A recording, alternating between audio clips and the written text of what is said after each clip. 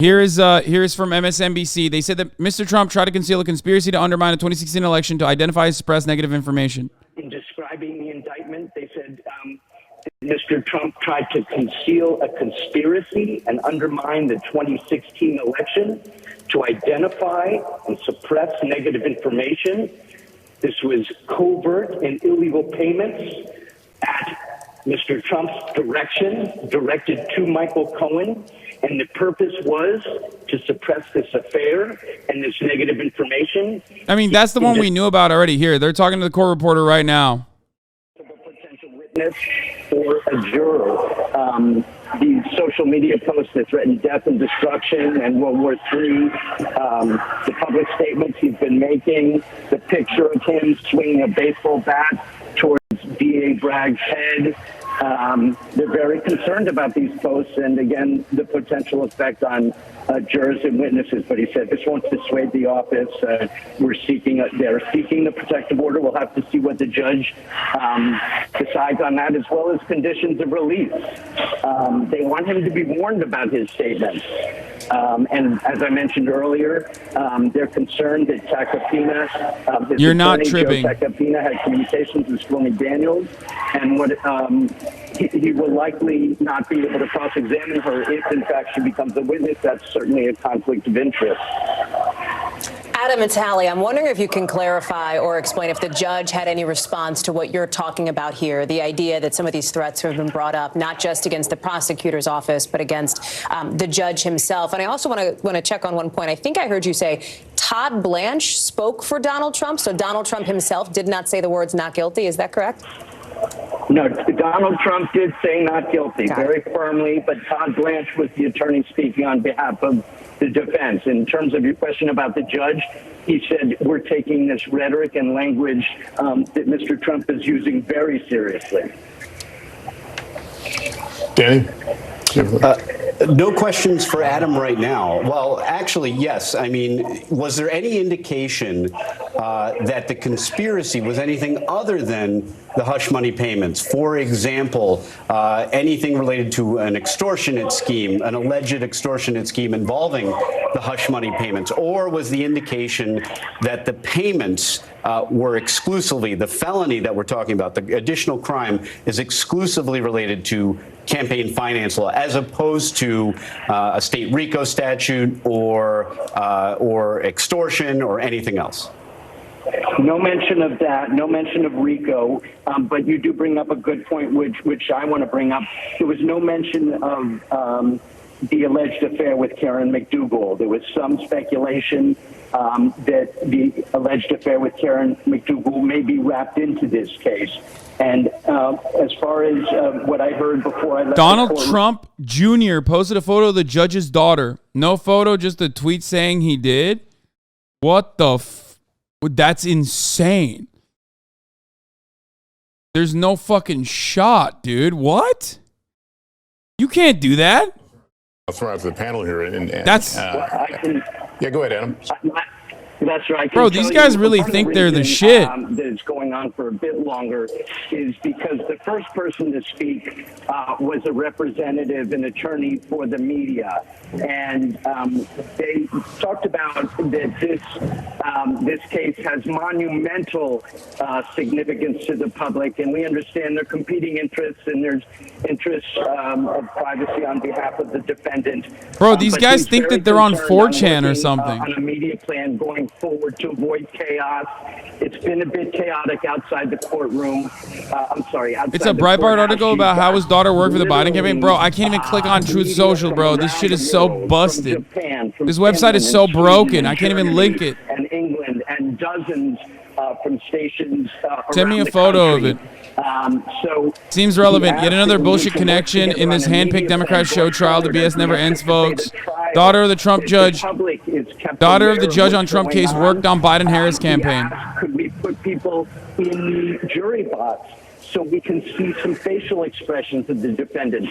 Everybody in the courtroom is behind the defendant, so we can't see what his facial expressions It's a Breitbart article. And then anything that's involved with the court, any documents, anything as part of discovery, that's made public promptly.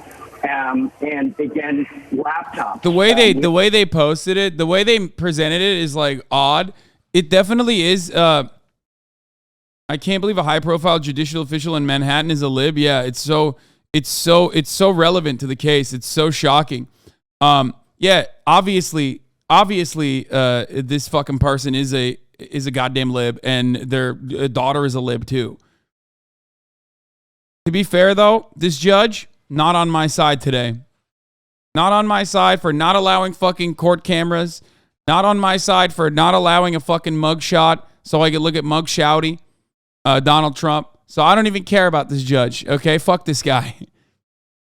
He's not on our side, chat. Not while I was in the room, and that would be very unlikely. That judge has got Mickey Mouse rings. Okay, I'll say it. I'm not afraid to say it. Suggested by the defense team to move it to Staten Island, for example, which is another borough of New York City, which is much more friendly to conservatives and to someone like Mr. Trump. All right. Adam Reese again, who is in the courtroom, has now stepped out, and this hearing apparently continuing forward. As you noted, there was a media attorneys there speaking about future access and video equipment. And perhaps that might have slowed down the process, but they are still in there in an arraignment where typically the guilty or not guilty, and in this case, the former president entering obviously a not guilty plea as his lawyers had anticipated. We will continue to watch that camera in the hallway. The former president did not speak as he was going in, simply gave a glance toward a questioner in the hallway there. We don't know on the way out if he will speak, but I think we're all struck by the DA's office bringing up this issue about the former president's behavior and statements and social media posts, the troubling nature of those, and the judge obviously aware of them. What have you both learned so far that in terms of the strategy of the state going forward? Well, so far as it relates to the political sphere of things, it seems like, frankly, not much yet has changed. Now that news of this indictment and what the charges actually are has come out, we are already seeing some of the first fundraising post-arraignment, or I guess during arraignment, come out, and that is from Trump ally Senator Lindsey Graham, who has blasted out now his fundraising email. We've also heard from Trump opponents who have said that they have put up a billboard that will greet Donald Trump when he lands back down in Mar-a-Lago in West Palm Beach and then makes his way to Palm Beach, that says nobody essentially is above the law. So here we are again seeing sort of these political positions here. As Donald Trump, I'm also struck, it's like 45 minutes now that he's been in that room. He sat and listened to those media attorneys make their case. He said those two words, and I think that's important, and an important piece of color from Adam Reese here, that it was Donald Trump himself who stood up and declared in a court of law not guilty related to these felony charges against him now. All right, let me go to Chuck Rosenberg. Chuck, that was an amazing report there by Adam, kind of listing out what he saw and witnessed in the time inside the courtroom. Piecing it all together, where does that leave us right now? As Hallie noted, we may not have moved much farther than we were earlier this afternoon. Or they just keep playing this like it's his mugshot, and it's like kind of, and they keep like overanalyzing his like blank expression here. It's just like a lot of that shit is unrelated, okay? It's just like, it's just dumb shit. Who cares? Listen. They are being a little parasocial.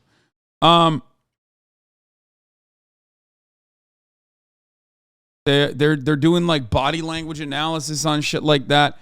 Ultimately, it seems like now that the charges have been released, like it's 34 felony counts, but I haven't gotten enough details on what's going on with the counts. Hold on. I'm going to try to find the 34 charges real quick.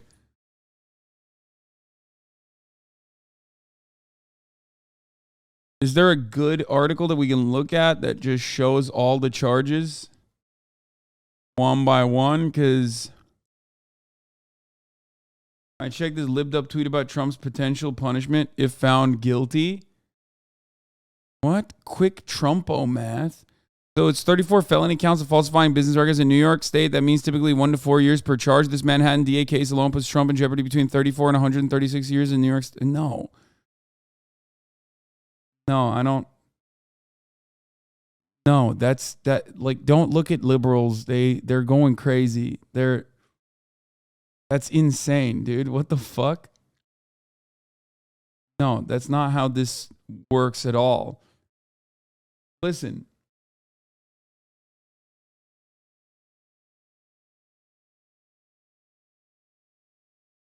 Let me tell you something.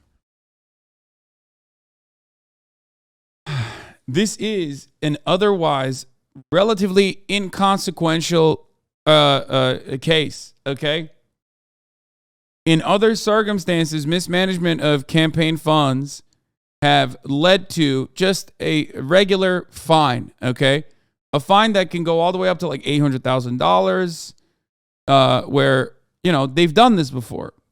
Plenty of other former presidents have paid a fine, okay? The idea that like he would go to prison maximum, if he would go to prison to begin with, is silly. But like, let's say they hit him with the book and the case actually sticks, okay? He would most likely, I mean, it would be like 1 to 4. Like, there's no, the misdemeanor charge is 1 year. The felony one is 4. Felony is much harder to stick anyway, because you have to have intent, and you have to show intent to basically defraud voters by hiding something specifically for the election and not for any other fucking reason. He would not see a single day in prison. Like, that's not a thing. No matter how shitty his crackpot lawyer team is,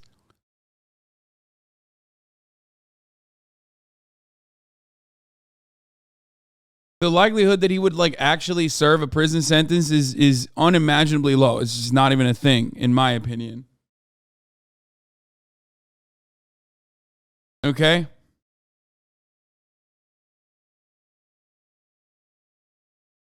We're talking those, yeah, the sentencing that they're showing you, the sentencing that they're showing you is literally maximum sentences. Okay? I mean, optimism and fun aside, you're saying won't invade Ukraine, Omega Law? I mean, sure, but you can keep pointing to that as much as you want, but, you know, hopefully it is like my Russia won't invade Ukraine take, and Trump will go to jail for 137 years, dude. Yeah. Trust the plan, guys. You know, trust the plan, liberals. Yeah, he's going to jail for 126 years. You're right. Behavior issue is becoming such a big part of this today. I'm somewhat surprised. I think regarding the evidence and the discovery, I think it's often in cases like this and in other cases, judges put protective orders to prevent the defense or the prosecution from putting out that evidence. Unironically, that's the only thing you've ever been wrong about. These motherfuckers refuse to let you live it down. I mean, the people that are bringing it up are probably fans. They're just memeing. I don't think they're serious. Reporters have been able to leave the overflow room and to make calls during the hearing in the public courtroom. So I guess they were able in the overflow room to come and go as they please, and the doors were not restricted as it is in the courtroom, which is why we haven't heard from Garrett or Melissa, who are in the courtroom itself, because they're in there. But the overflow rooms, it sounds like there was lesser controls, and so some reporters have been able to come out and make calls and provide updates while the hearing is going on, and that's what Adam was able to do with quite thoroughness. And again, just to be clear, 34 counts, falsifying business records in the first degree. My understanding, it can be up to 4 years in prison, but it could be as little as 0 if convicted. And remember that the Trump defense team is going to fight this tooth and nail. And how badly out of sync is the fucking audio? Like, is it that bad? People are losing their minds in the chat a little bit, and I don't know if it's really that bad. Like 2 seconds? God damn it, dude.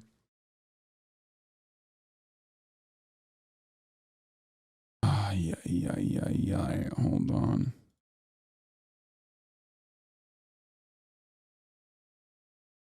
Let's see.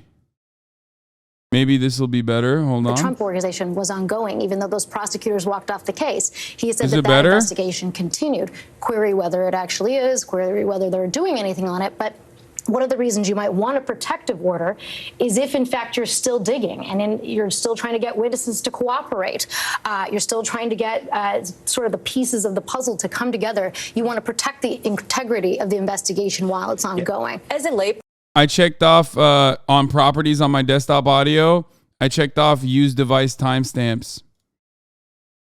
thing as a gag order? The gag order is different. The gag order would be used to really protect the defendant's right to a free and protect the right to a trial, a fair trial. The protective order is to protect the integrity of the actual investigation and the documents and materials that they don't want to show up on NBC's website.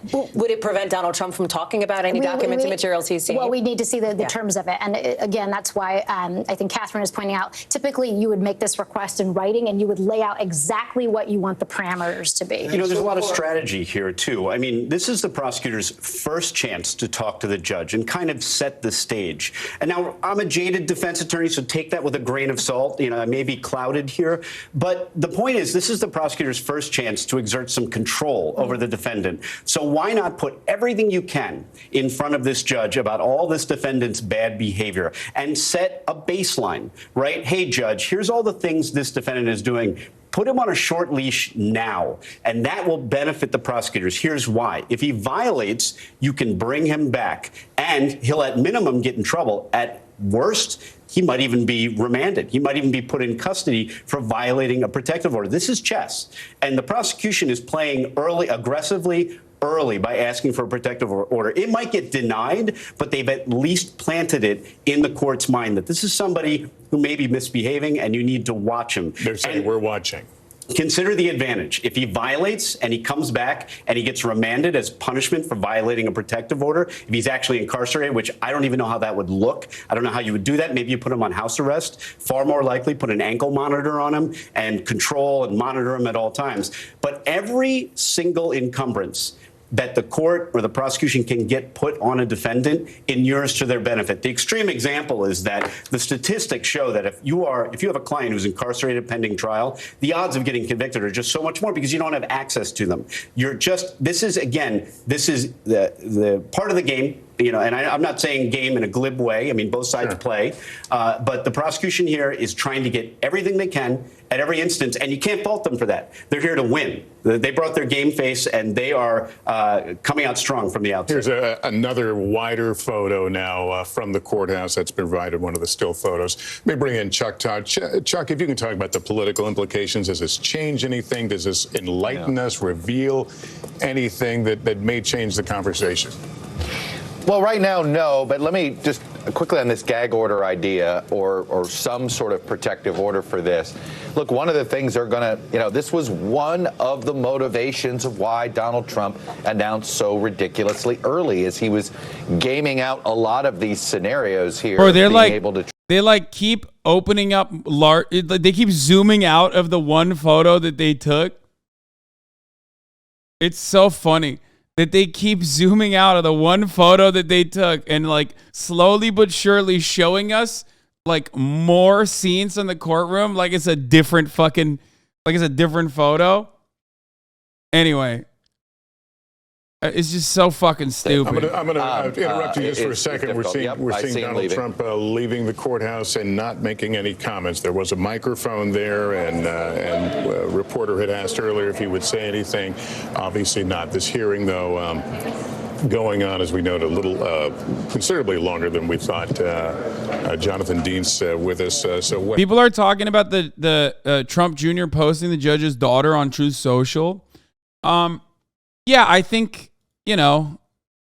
it's one of those circumstances where I feel like they will make it seem as though fucking Breitbart posted it. It's an article. It's newsworthy. It's newsworthy to show that the judge is biased or whatever. But why they're doing it. They're doing it to say look, this is, you come after the king. We're going to we're going to go after your family. It's basically the same principle.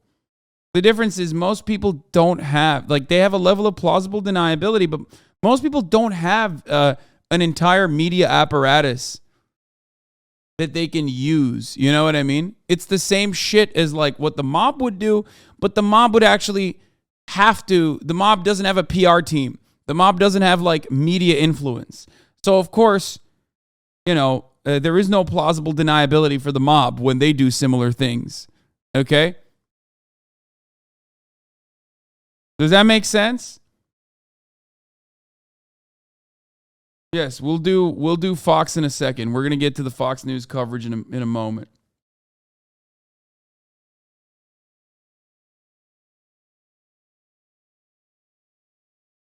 And explain the charges. Now that the hearing is over, we would expect the Manhattan DA's office to email the indictment to all reporters, and I believe that was President Trump walking out, Hallie. Yeah, that is former President Donald Trump now leaving the courtroom, walking into that motorcade. He will now be on his way back to Mar-a-Lago for this speech here. I want to bring in Kristen Welker, who's outside the courthouse. Kristen?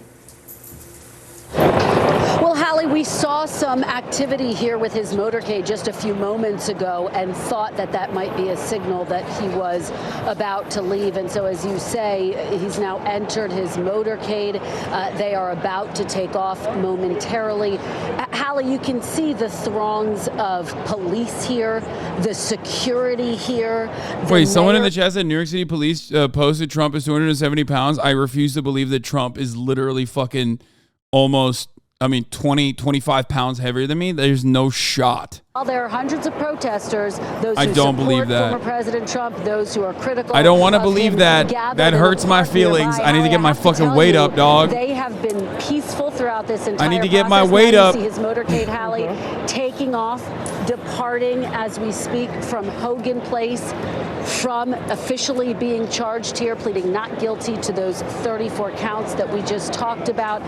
And so he is going to head to LaGuardia Airport, where he will head to Mar-a-Lago, as you say, and make those remarks tonight. And again, just to remind folks, Hallie, we expect to hear from a defiant former President Trump, right? He was sort of slumped over in the courtroom based on that photo that we saw of the former president. But I expect we will see a very different Mr. Trump tonight when he speaks to supporters at Mar-a-Lago, Hallie. He has been traveling, Kristen, with a series of aides from his campaign, obviously with members of his legal team, many of whom are expected to accompany him back to Mar-a-Lago, where, frankly, the crowd will be, I think, friendlier than what he has seen so far in Manhattan. He's expected to be in front of supporters. It is entirely possible that we will see supporters there in West Palm and in Palm Beach, lining the route that Donald Trump will come back home.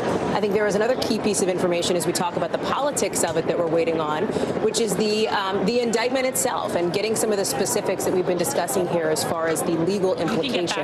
I want to note something that Jonathan Dean's talked about, which is, again, the extraordinary security measures that have been in place, not just today for the last 6-8 hours plus in an intensive way, but frankly, Jonathan, as you've been reporting and as you were first to report a week and a half ago, that have been in place for days now. Yeah, for about 2 weeks now, from the FBI to the court officers to the NYPD, they've all been working and preparing for this day, and this day has come. And as you can see in one of the shots before, as the president was leaving, the former president leaving the courthouse, the lines of people rose deep to get a look at this day in history. I thought that was an extraordinary sight here in Manhattan. We understood that there were going to be a few hundred protesters, pro and con, in that Foley Square area in and around the courthouse, but the fact that for several blocks leaving that 100 Center Street area, that those sidewalks were pretty jammed with people. Now you see he's approaching the entrance to the FDR Drive, which will take him north towards the Triborough Bridge and LaGuardia Airport, where his plane is waiting for him. But the former president of the United States stand accused of 34 counts of falsifying business records. As of now, and, the grand jury indictment has still not been made public. Not guilty. And just an extraordinary day, and we wait to hear more from the reporters who are in the courtroom and in the overflow rooms about exactly what went on inside during that 45-minute hearing. Danny, what do you think his lawyers are telling him right now that they see what the prosecution has? Also, prosecutors told Judge Merchant that Trump's social media posts are irresponsible and threatening, and they're seeking a protection order for Discover. it's understandable. Those social media posts are threatening. They're actually more threatening than if someone who is currently in court was like literally verbally threatening. Yeah, Discovery. Not Discover. If you were in court and you were like openly fucking threatening the judge or saying shit about the judge's daughter, you know what I mean? That would be considered. That would definitely be that would be up for consideration. Like Alex Jones, when he did the same shit when he was in court for defamation, they literally fucking that did not seem favorable to the jury in that circumstance. Trump is doing the exact same thing. It's probably even more significant than that because Donald Trump also has millions of fucking followers. You know what I mean? Like, there is obviously you can't really do anything about it. Like, I don't know. Like, they would not be able to hold him in contempt of court, I think, is like people would go absolute bananas mode if that was the case. Like, but, I mean, he will probably keep pushing the boundaries of acceptability as time passes.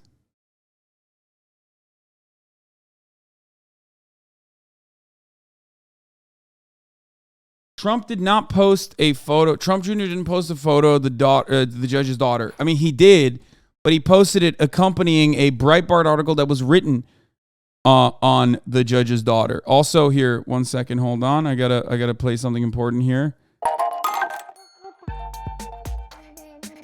This is not really a chase, but gotta play our fucking animal cum music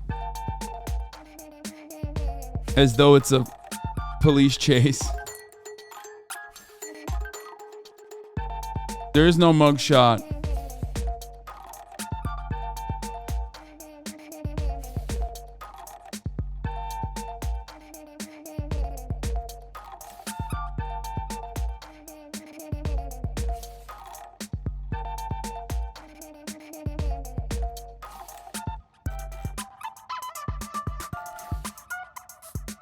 That in the short term, this may bolster Mr. Trump in the primaries, but it's not clear how it looks as the primaries drag on once debate starts, and if he is to make it to a general election, how that will play with independent voters, with women voters, for voters who voted for him in 2016 but switched to Biden in 2020. It's a real question mark, Lester, moving forward. All right, Kristen Welker, thank you. We want you to stay tuned. We do expect to hear from Manhattan District Attorney Alvin Bragg, a previously scheduled news conference scheduled to start right about now. We'll, of course, take you there when he takes the podium.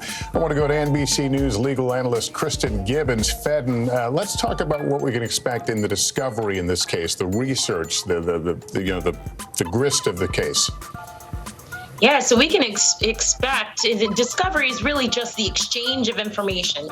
Any information that is favorable or unfavorable to the defendant within the prosecution of the case, the defendant would be entitled to that. So that's the prosecutor turning over anything from statements, probably from Stormy Daniels, maybe even Ms. McDougal. But there will also be potentially motions to uncover any of the testimony or evidence that was given to the grand jury. Keep in mind, the grand jury proceedings are secret, but there are certain rules governing the disclosure of that information. So depending on if the prosecution asserts that some of the evidence should remain under seal, that will also be a challenge by Trump's team, because reasonably they're going to want every single thing, testimony and arguments that were made before the grand jury,